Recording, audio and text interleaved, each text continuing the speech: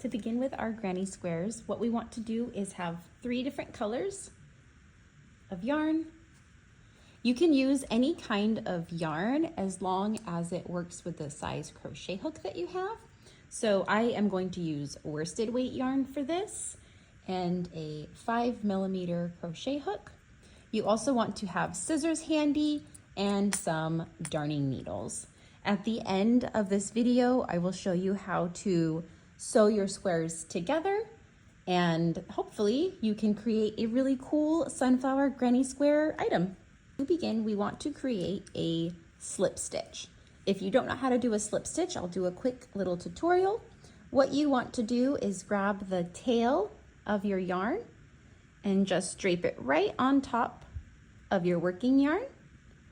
You are going to put your fingers through that loop, and we are going to grab the working yarn that's right next to the tail. You're going to now grab the tail and pull. So now we have a nice slip knot. We are going to insert our hook here and then tighten that slip knot up against your hook. We will now chain 3. The beginning chain 3 of this project counts as a double crochet.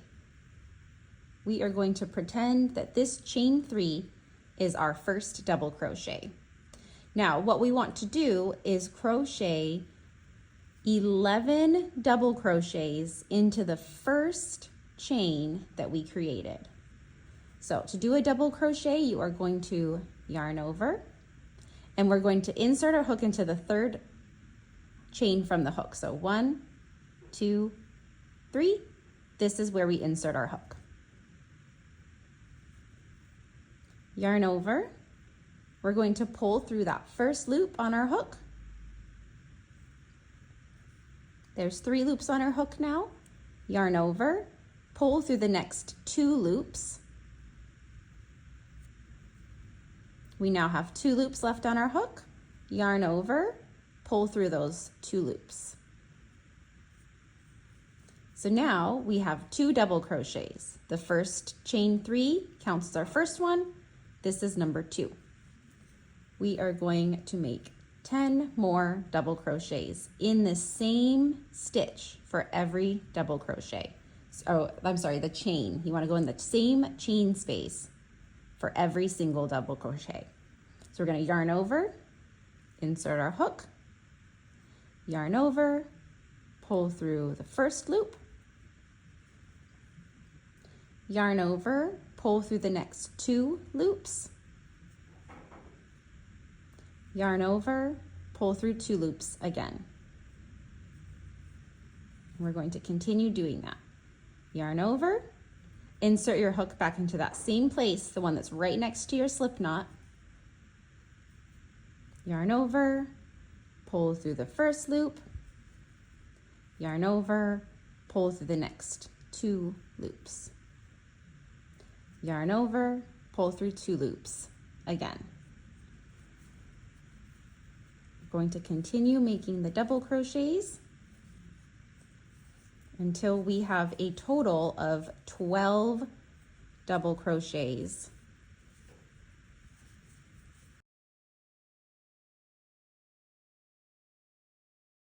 I'm going to try to show you how to count your double crochets if you're not sure how. You can start by counting the stitches at the top. 1, 2, 3, 4, 5, and so on. Or you can count the actual double crochets. So this would be 1, 2, 3, 4, 5. And it's okay if you kind of spread that out if you need to, just to count the bars of your double crochet.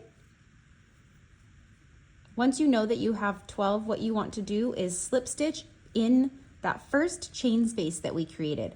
So we're actually going to just go right between the chain and the double crochet that we created. So you're going to insert your hook here, and now we're going to slip stitch. So we're going to yarn over and pull through both of the loops that are on your hook. Now at this point, if you have a hole in the center of your granny square, you should be able to pull that tail and then tighten that up. If it doesn't tighten up as much as you want it to, you can use a darning needle. You'll thread a darning needle and then just stitch around that center circle, pull it really tight, and then tie this into a little double knot, and it will hold everything nice and secure. But let's go ahead and start with round 2. For round 2, go ahead and grab the next color that you want to use for your sunflower. And we're not going to fasten this off, we're just going to change colors. So grab your new color, and we are going to chain 1 with the second color. Just like this. And now we're going to start creating double crochet clusters. And we are going to start the first cluster into the first double crochet we created on that previous row. So I have my chain 1 here, and we are going to insert our hook into this next stitch right next to that chain 1. So to create a double crochet cluster, you are going to yarn over, insert your hook into the next stitch. We're going to yarn over, pull up a loop. We now have 2 loops on our hook. Yarn over, go through the next 2 loops. We're going to yarn over again, and we're going to insert our hook back into that same stitch where we just were. Yarn over, pull up a loop. We have 4 loops on our hook now. Yarn over, pull through the next 2 loops. Yarn over again, insert your hook back into that same spot. Yarn over, pull up a loop. Okay, yarn over, pull through the next 2 loops. And now we have 4 loops left on our hook. We are now going to yarn over and pull through all 4 of those loops. You'll notice that this has gotten quite large here. That's just from where I chained 1 at the beginning. I'm going to just grab this little tail and tighten that up. And I'm also going to grab my brown yarn and tighten that up as well. And it's just going to kind of make it look the way that it should look. So this is our first double crochet cluster.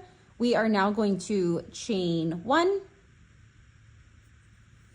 and we're going to do another double crochet cluster into the next stitch. So yarn over, insert your hook, yarn over, pull up a loop. We have 3 loops left. Yarn over, go through the next 2 loops. Yarn over again, insert your hook back into that same stitch.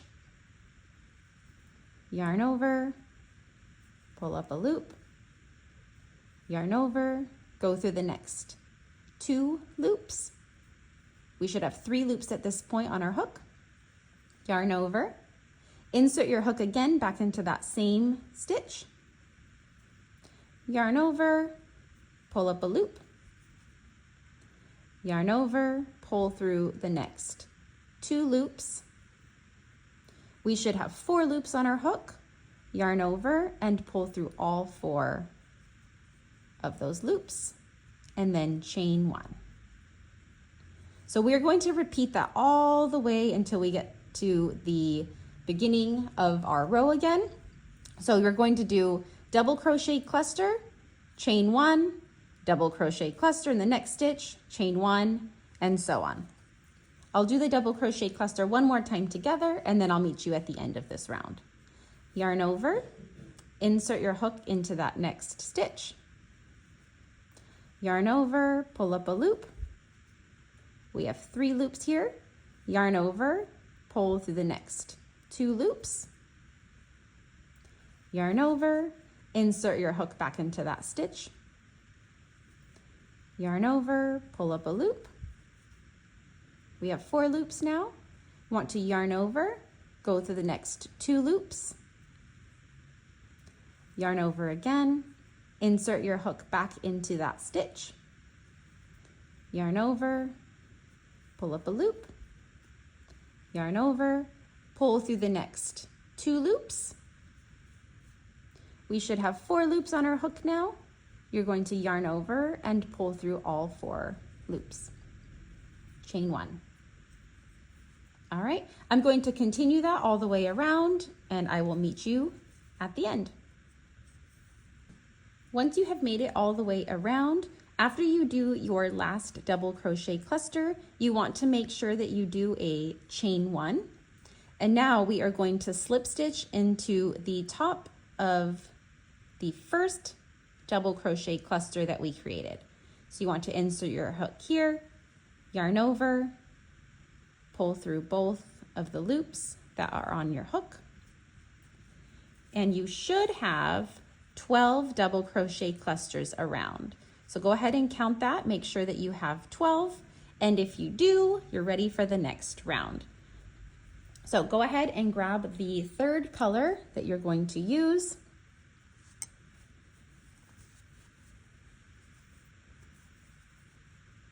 And we are going to start this round by chaining 3 with our new color. So go ahead and just drape that yarn right on top. We're going to pull through. This is our first chain. 1. Make sure you're grabbing the working yarn, not the tail. 2, 3. So we begin with a chain 3. This chain 3 counts as our first double crochet. We are now going to do 2 more double crochets in that same stitch. So right where we started, where that chain 1, or where the slip stitch was, you're going to insert your hook right through there and do a regular double crochet. So we're going to yarn over, pull up a loop, yarn over, pull through the next 2 loops,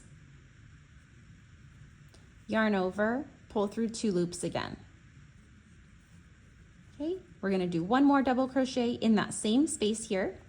So yarn over, insert your hook back where your that double crochet just was, yarn over, pull up a loop, yarn over, pull through 2 loops, yarn over, pull through 2 loops again. So what we're currently doing is creating the corner of our granny square. So we're doing this section here. We just finished the 3 double crochets. We're going to chain 3 and then put 3 more double crochets in that same stitch. So let's chain 3.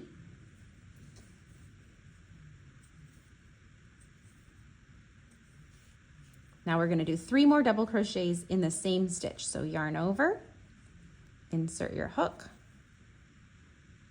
yarn over, pull up a loop, yarn over, pull through the next 2 loops, yarn over, pull through 2 loops again. I have to get this off my table. It's going to cause me trouble.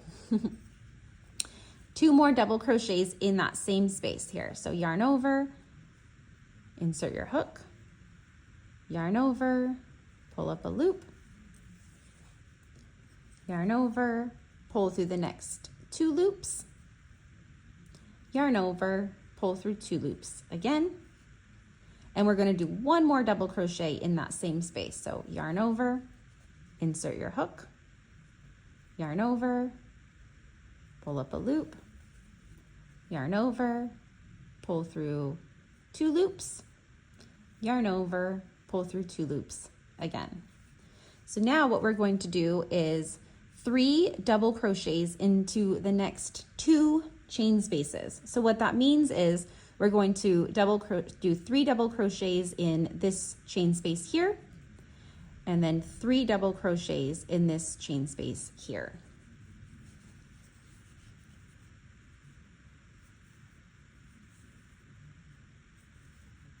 There's 1, 2, 3. Now we're going to do 3 more double crochets in the next chain space.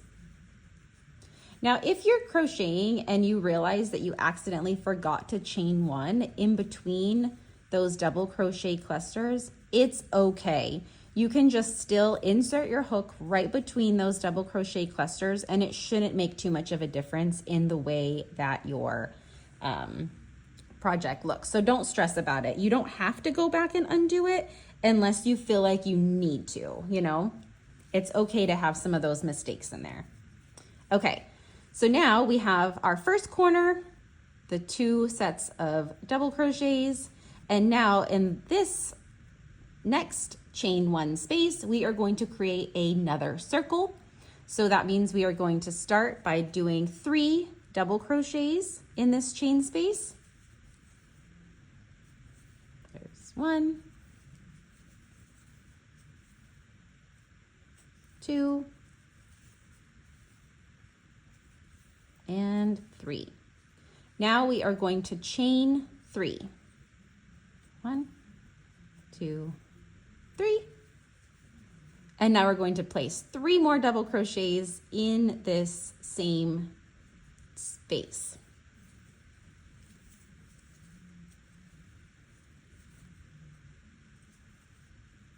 One,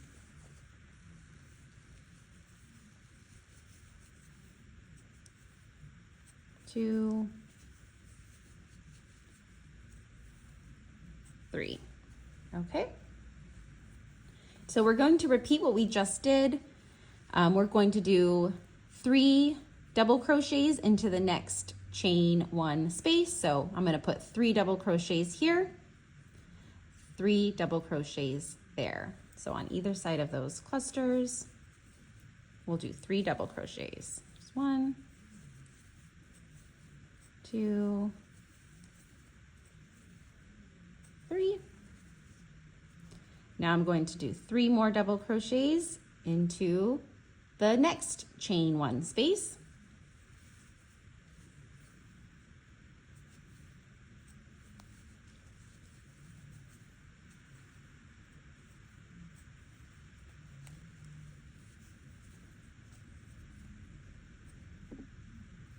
Now it's time to do our next corner. So we should have the corner here, 3 double crochets in that chain space, 3 double crochets in this chain space, and now we're going to put 3 double crochets into this chain space, chain 3, and then 3 more double crochets into that space.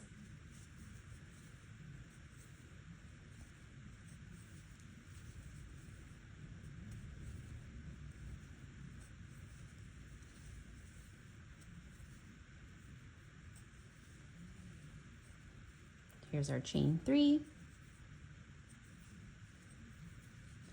And then if you are noticing that it's kind of like curving a little bit, you can grab your double crochet and your clusters and just pull them away from each other, and it's going to kind of give a little bit more of a straighter edge. Now we're going to do 3 more double crochets in that same chain 1 space.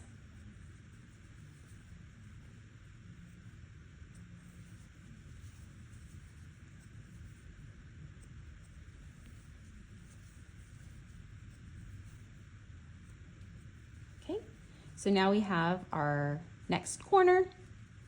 We're going to place 3 double crochets into the next 2 chain spaces. So 3 double crochets here and 3 double crochets here.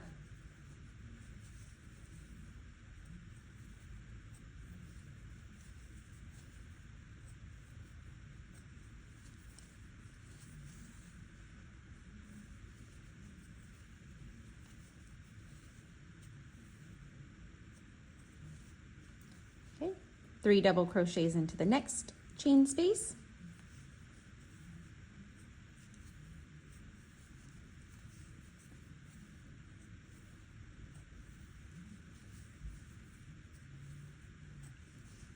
All right, now it's time to do a corner again.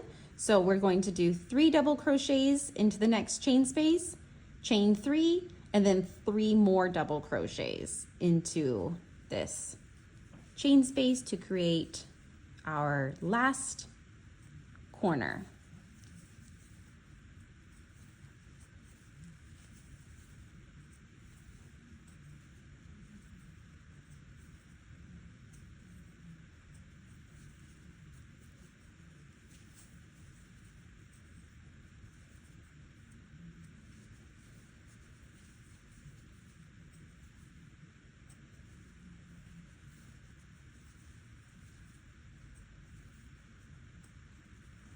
Okay, now we have 2 chain 1 spaces left. So we're going to put 3 double crochets in this one and 3 double crochets in this one.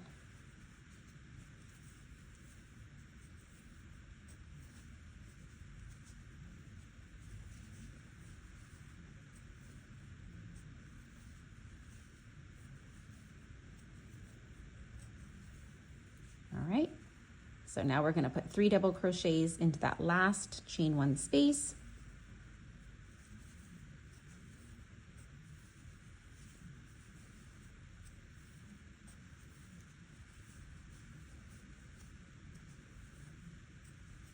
Great.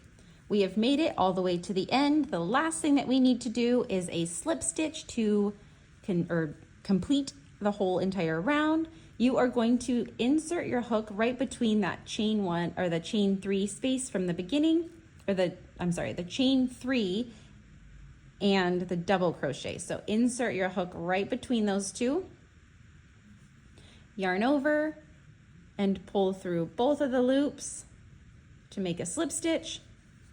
And now we are done with that. You can now cut your yarn. I'm going to cut all the yarns that I have hanging out here.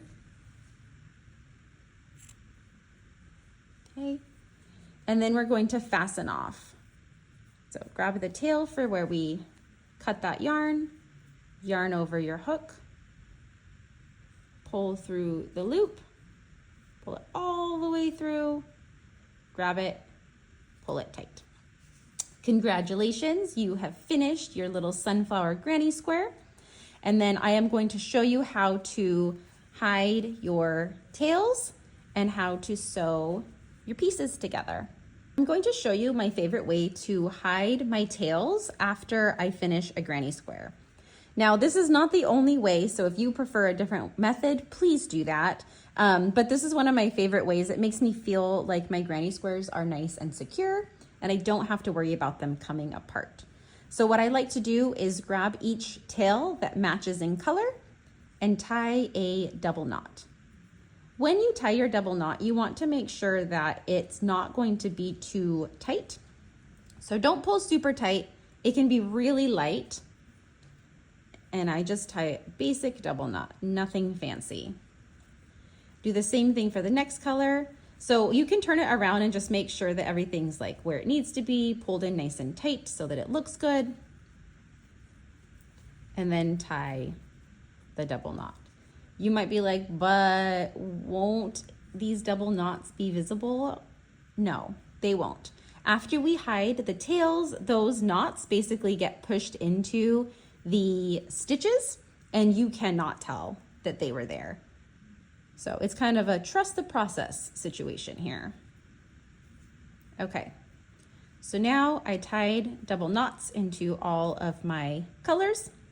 You want to get a darning needle, tapestry needle, yarn needle, whatever you want to call it, and thread the yarn into the eye of your needle.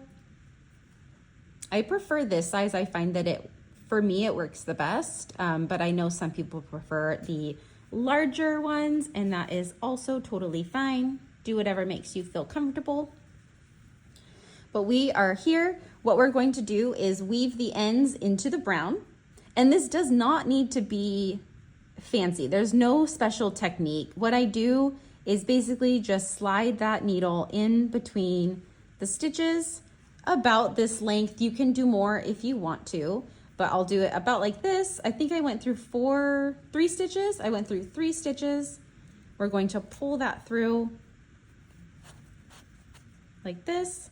And now we're going to go back in the opposite direction. So I usually just skip, like, it's kind of hard to see with the brown, but I'll skip like 1 stitch and then go back in the opposite direction so that it doesn't undo what I just did. So we'll just slide it through here and then pull our tails through. And we're just going to repeat this for each color. After you finish weaving in your tails, you can cut the excess yarn. I like to leave a tiny bit just kind of hanging out there It just makes me feel like it's not going to start like working its way back right away. So I leave a little fluff of yarn right there. But you can tell already that that double knot that I created is kind of hidden at this point. Now we're gonna do the same thing for the next two colors. This one's gonna be a little tricky because I did not leave myself a long tail. It will be fine, I'm not stressed about it. But same thing, you wanna just thread your needle with that yarn and then hide that yarn into the colors that match. Just slide through those stitches and pull through. Because this one is so short, I'm not gonna carry that one in the opposite direction. I'm just gonna trust it to stay where it belongs. But we're gonna bring that larger one back through here. And then we can cut the yarn. Sorry, I keep hitting my camera. Sorry for the wiggles. Okay, just like this. One more thing to hide or to weave in. When you are weaving in your tails, or if you are making a bunch of granny squares, I highly recommend weaving in the ends as you go. Typically, if I know I'm going to be making a bunch of granny squares, I will weave in the tails after every 2 or 3 squares are completed. It really makes the whole process of finishing a project less daunting if you weave in the ends as you go versus making like 50 granny squares and then weaving in the tails. That feels like it could be hard to finish your project if you know you have to weave in that many ends. So do it as you go. It's less stressful that way. And it feels good to just sew them together and be like, oh cool, I'm done. I don't have to hide ends. So we're gonna cut the tail. Great. Now I always kind of like to just pull things and like stretch things out a little bit. Here you go. So this is complete now. I will point out that yes, the ends are a little bit wavy. To fix that, you can block your project. What that means is essentially getting your squares wet. You can soak them for 10 to 15 minutes. When they are still damp, you want to squeeze out most of the water, but when they're still damp, you can pin them. Usually I use like a yoga mat or something with some sewing needles, but just pin them while they're wet so that they will dry into the shape of a nice square. Like you can make them into the shape that you want them to be, and then they will dry nice and flat. But for now, I'm going to show you how to sew your squares together. Now it's time to sew our pieces together. When you are doing this, you want to make sure that the front of your squares are touching each other. So the tails should be on the outside of your square while you're doing this. I'm going to show you 2 different ways to do it. We're going to start by using a crochet hook to create slip stitches to sew your pieces together. I'm going to do that like halfway through, and then the other half, I'm going to show you how to use a darning needle to sew a whip stitch to have them together. So what you want to do is find the corner space. I guess first, line everything up. Make sure that you have everything lined up so that the stitches match each other. And we're going to start at the corner in the chain 3 area. You want to insert your hook into the front loop of the bottom square.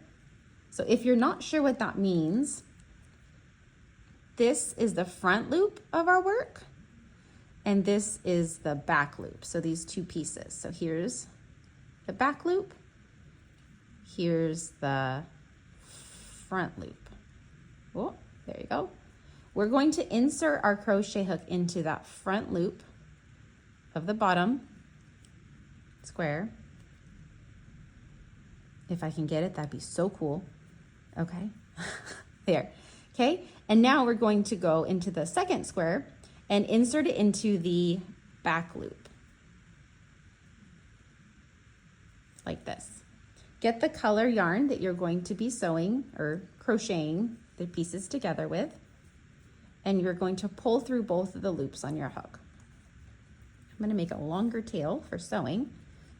Now we're going to repeat what we just did, but in each stitch. So when you have it like this, we're going to insert our hook through the front loop of the bottom square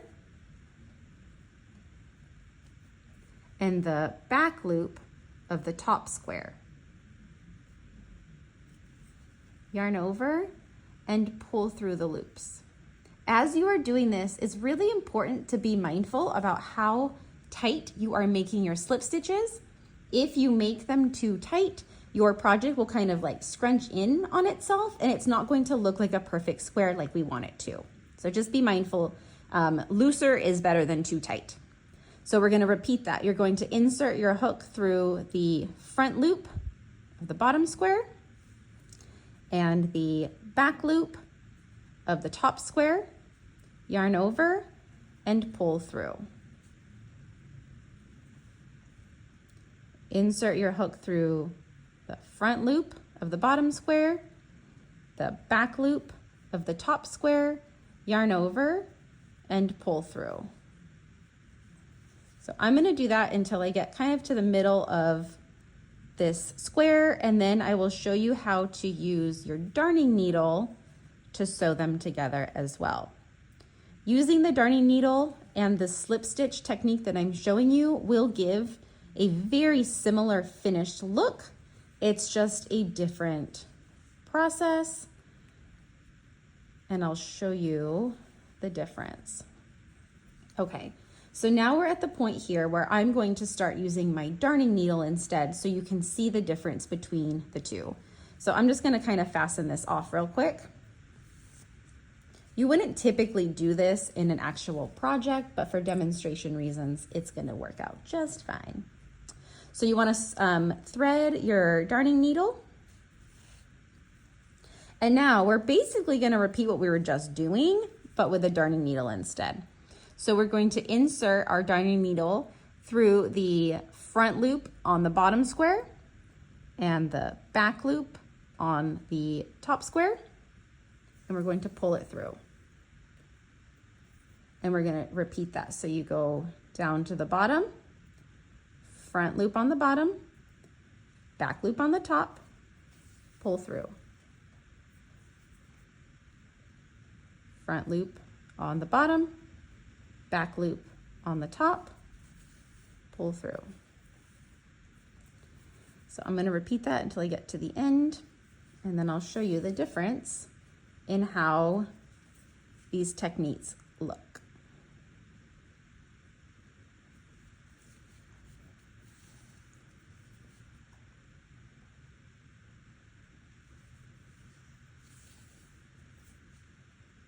When you get to the corner, you want to make sure that you're going through that second chain, and that's going to be the end point for your first square. Okay, so now that we have completed this, I want to show you the difference. So the slip stitches makes a large ridge. I'll kind of show you from the side so you can see the height difference. So this is how the slip stitch part looks. There's kind of like a little raised up border versus the whip stitch with the darning needle is nice and flat. So depending on what you're making, you might choose to do the whip stitch because you want your project to lay flat, or if it doesn't really matter, the slip stitch. Whatever you feel like is going to be best for you, do that. Now, when you flip them over to the front, it basically gives the exact same look from the front view. So it's really nice and flat, has a cool seam. You can choose to make your the seam color match the border color for your squares if you'd like, or you can have it a totally different color just to make it look really unique, but it's totally up to you. And that's kind of it. If you have any questions or would like to see more tutorials like this, please like and subscribe to my videos. You can comment down below of things that you may want to see in the future from me. That would be really helpful. But I hope that you enjoyed this tutorial. Thanks for watching.